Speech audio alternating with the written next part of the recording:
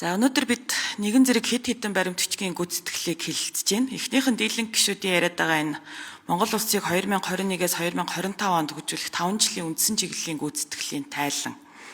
Зарим гишүүд улс төрчлөө барьлаа гэдэг ахын гэтэл Монгол ардын намл үнэлэхөө олонхоо ах үедээ алсын хараа 2050 гэдэг баримтчгийн хүчтөрөн батлаа 5 жилийн үндсэн чиглэл гэдэг юм бодж олсон шүү дээ. Тэрийг л асууж байгаа. Тэгээ өмнөх нийгмээс хангалтсан юм уу, урд хойд төшөө даган дуурайсан юм уу ойлгомжгүй. Уг нь манай улс засгийн газрын үйл ажиллагааны төлөвлөгөөгөө 4 жилээр батлаад явдаг. Энэ парламентч тэр сонгогдсон дайруудаа засгийн газрын 2024-өөс 2028 оны үйл ажиллагааны хөтөлбөрийг баталсан. Уг хөтөлбөрийн гүйцэтгэлийн тайлан бас орж ирж байна. Тэгээ нэг зүйл дээр гишүүдтэй санал нэг байна. Ийм олон давхарцсан баримтчиг, давхарцсан үнэлгээ, давхарцсан цаас хийлээгээр ажил сайжирдаг бол хамаа алгаа. 5 жилийн коммунист төлөвлөгөө батлаа гэд иргэдийн амьдрал сайжирдаг бол бас хамаа алгаа. Гэтэл хангалттай сайхан эргэцсэн зүйл нэг ч алга бүгд л үр дүн муутай тодорхой үр дүнд хүрээгүй гэсэн дүгнэлттэй байна. Тэгээ сүүлийн хэд хоног улсын хурал гүйцэтгэлийн тайлан хилцэж байгаа сургаар энэ хэдийн яамдын дарга нар төрийн албан агчид ордны коридорыг хэд хоног сахид суулаа штэ. Одоо ч гэсэн сууж л байна. Тэгээ хизээдээ үндсэн ажиллаа их юм бүү мэд. Тэгэхээр цаашид улсын хурал зөвхөн сайд нар ажлаа тайлгнах ёстой, асуудалтад хариулах ёстой, төрийн албан агчид орж ирэх шаардлагагүй гэж улсын хурлын дарга удаа дараалан сануулдаг бол дэмжиж байгаа.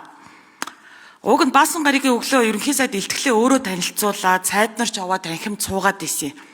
Харин өнөөдөр ерөнхий сайд алга тэгээ маш олон яамны сайд нар бас алгаа. Тэгээд ерөнхий сайд оюутанд л бас хандж үг хэлэх гэсэн юм л да. Тэгээ ерөнхий сайд оюутан нь бол Монгол улсын түүхэнд хамгийн удаан ерөнхий сайдаар ажиллаж байгаа хүн. 5 дахь жилдээ ажиллаж байна. Ардчилсан үндсэн хууль батлагдсанаас хойш ингэж удаан ажилласан ерөнхий сайд байхгүй.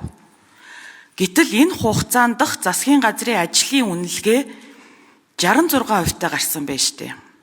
Тэгээ 66% гэдэг чинь F үнэлгээ мөн бидтэй.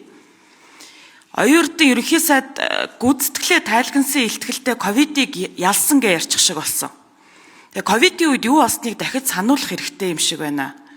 Эх орондоо ирч чадалгүй гэр бүлээсээ хагдсан хүмүүс Улаанбаатар хот руу орж ирэх гээд 22-ын товчоон дээр ам насаа алдсан эмэгтэй 8 сая төгрөгийн ковидын багц үед өмнө хүний эрхийн зөрчлүүдээ бид нар мартцсан юм уу? Эдийн засаг 5%-аар агшсан тэр үеийн алдагдлаа өнөө хэр нөхөж чадалгүй дампуурсан үд төм олон аж ахуй нэгжүүд байна штэ. Боловсролын хоцрогдлоо өнөөөр арилгаж чадахгүй байгаа маш олон хүүхэд багчууд байна. Тэгээ энэ хугацаанд юмны үн хэд дахин нэмэгдсэн, иргэд өдөр тутам үнийн өсөлтөд дарлуулж байгаа. Тэгээ ковидоос хойш нүүрсний экспорт өссөн учраас нэг хүнд ноогдох дотоодын нийт бүтээгдэхүүн нэмэгдсэн гэж харагдаад байгаа боловч иргэд үнийн өсөлт, ханшийн өсөлтөд дарлуулсан хിവэр л байгаа штэ. Гэтэл төсөв данхайсан хിവэр, төрн мөнгөөр туйлсан хിവэр оюутан ерөнхий сайдаар ажиллах хугацаанд 100 гаруй их найд төгрөгийн улсын төсвийг захиран зарцуулсан. Тэгтэл аудитын байгууллагаас 5 жилийн үндсэн чиглэлд тусгагдсан 21.7 их найд төгрөгийн зарцуулалт нийгэмд ямар ч эерэг өөрчлөлт бий бос авчираагүй гэсэн дүгнэлт хийсэн байна. Өөрөөр хэлбэл 21.7 их найд төгрөгийг тодорхой үр дүнгүй зүйл зарцуулсан байна гэсэн үг. Энэ нь одоо бас нөгөө нүүрсний 40 их найд гэдэг шиг замархаад алга болох юм уу? Өнөөдөр ерөнхий сайдын тайлгнаж байгаа 5 жилийн үндсэн чиглэл нь үндсэн 9 бодлоготой байсны эхнийх нь үндэсний нэгдмэл үнд зүйлийг бэхжүүлэх гэсэн зорилт байжээ. Нэмэлт 1 минут авч идэх үү дарга. За нэмэлт минут өгье. За тэгэд үндэсний нэгдмэл үнд зүйлийг бэхжүүлэх гэсэн зорилт нь 51% үнэлгээтэй. Үнэхээр үндэсний нэгдмэл үнд зүйлийг бэхжүүлэхийг хүсэж байгаа юм бол ерөнхий сайд өөрөө улс төрийн манлайлал үзүүлэх хэрэгтэй шүү дээ. Хин нэгэн хийсвэр дайсныг дарах тухай ярих биш, шүүмж хэлсэн үнийг хар пиардах биш, улс орныг талцуулсан нэвтрүүлэг хийж бүх телевизээр цацах биш. Монгол улсын ерөнхий сайд урагшаа харсан эерэг манлайлал үзүүлж чадах юм бол бодит үр дүн гарнаа. Монголчууд бид үндэсний хэв нэгдлээ хангаад явнаа гэдгийг танд бас сануулахыг хүсэж байна. За тэгээд эцэст нь улсын хурлын одоо өөрийнх нь үйл ажиллагаатай холбоотой зүйл дээр энэ улсын хурлын тамгын газраас асууя. Тамгын газраас бас нэг дүгнэлт гаргасан байлээ. Энэ нь болохоор одоо засгийн газраас гаргасан, аудитоос гаргасан дүгнэлттэй зөрөөд байгаа. Тэгэхээр энэ тал дээр одоо тайлбар хийнэ үү? За, улсын хурлын тамгын газрын дэд дарга Амрот. Дүн шинжилгээний талаар хариулт өгье. Ажлын хэсгийн 1-р микрофон. За, жаргалан гишүүний асуултанд хариулъя. 2024 онд Улсын их хурлын хяналт шалгалтын тухай хуулийг батлахдаа бас энэ бусад улс орны жишгийг харгалзаад засгийн газрынхаа үнэлгээг хэлцэхдээ тухайн парламентынхаа гишүүдийг энэ засгийн газрын үнэлгээний одоо бодит байдал, энэ үнэлгээ ер нь ямархуу төвшөнд хийгдэж үе одоо дахин авч үзэх зөрүүтэй байдал байна уу гэдгийг нягтлах зорилгоор тамгын газар нь гишүүддээ энэ асуудлыг хэлцэхэд зориулж дүн шинжилгээ хийж өгдөг ийм зохицуултыг оруулсан байна.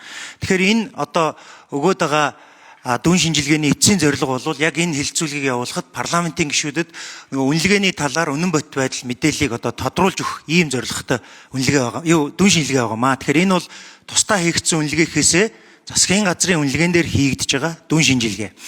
За энэ дүн шинжилгээг хийхэд мэдээж тооны зөрүүнүүд гараад байгаа. Тэгээ энэ зөрүү яагаад үүсэж байгаа вэ гэдгийг тайлбарлая. Засгийн газар одоо өөрийнхөө гүйцэтгэлийг үнэлэхдээ 3 бодлогын бичиг баримтаа 206 дугаар журмынхаа дагуу үнэлдэг.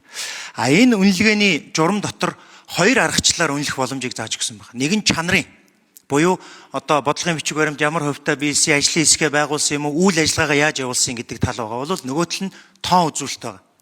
Тэгэхээр зарим үнэлгээ жишээлбэл засгийн газар 50 гэдэг үгнэхэд одоо энэ тамгын газар дээр хийж байгаа дүн шинжилгээ 30 болж байгаа нь нөгөө тоон үнэлгээнүүдийг тоон одоо зорилттой хэсгүүдийг яг тэр тооных нь хэсгээр харж байгаа. За жишээлбэл хотын төвжирлийг одоо бууруулна гэдэг зорилтыг 45% биелсэн ингэж үнэлээд үйл ажиллагаануудаа илүү тоочж байгаа бол нөгөө талд нь энэ тоо үзүүлэлт байгаа. Оргил ачааллын үед 10 км/цагийн хурдтай байгааг 22 км/цагийн хурдтай болгоно гэдэг зорилттой. Эннийх нь биелэлт нь 22-той хүрээгүй 13 км/цаг болж байгаа. Инхээр нөгөө 45% маань үр дүнгийн хувьд буураад 20 гэж үнэлэх үндсэл нь энд гарч ирж байгаа. Тэгэхээр яг засгийн газар өөрийнхөө тавьсан зорилт тэрэнд байгаа энэ одоо тоон үзүүлэлттэй хүрсэн эсхийгээ зөв үнэлсэн байна уугүй юу гэдэг дээр хийж байгаа дүн шинжилгээ юм байнамаа. Энэ маань өөрөө одоо гишүүдийг яг энэ асуудлыг хэлцэхэд илүү үнэн бот мэдээлэлээр хангах ийм зорилготой үнэлгээ юм а гэдгийг тодтогч хэлье. Хариулж туслаа, баярлалаа.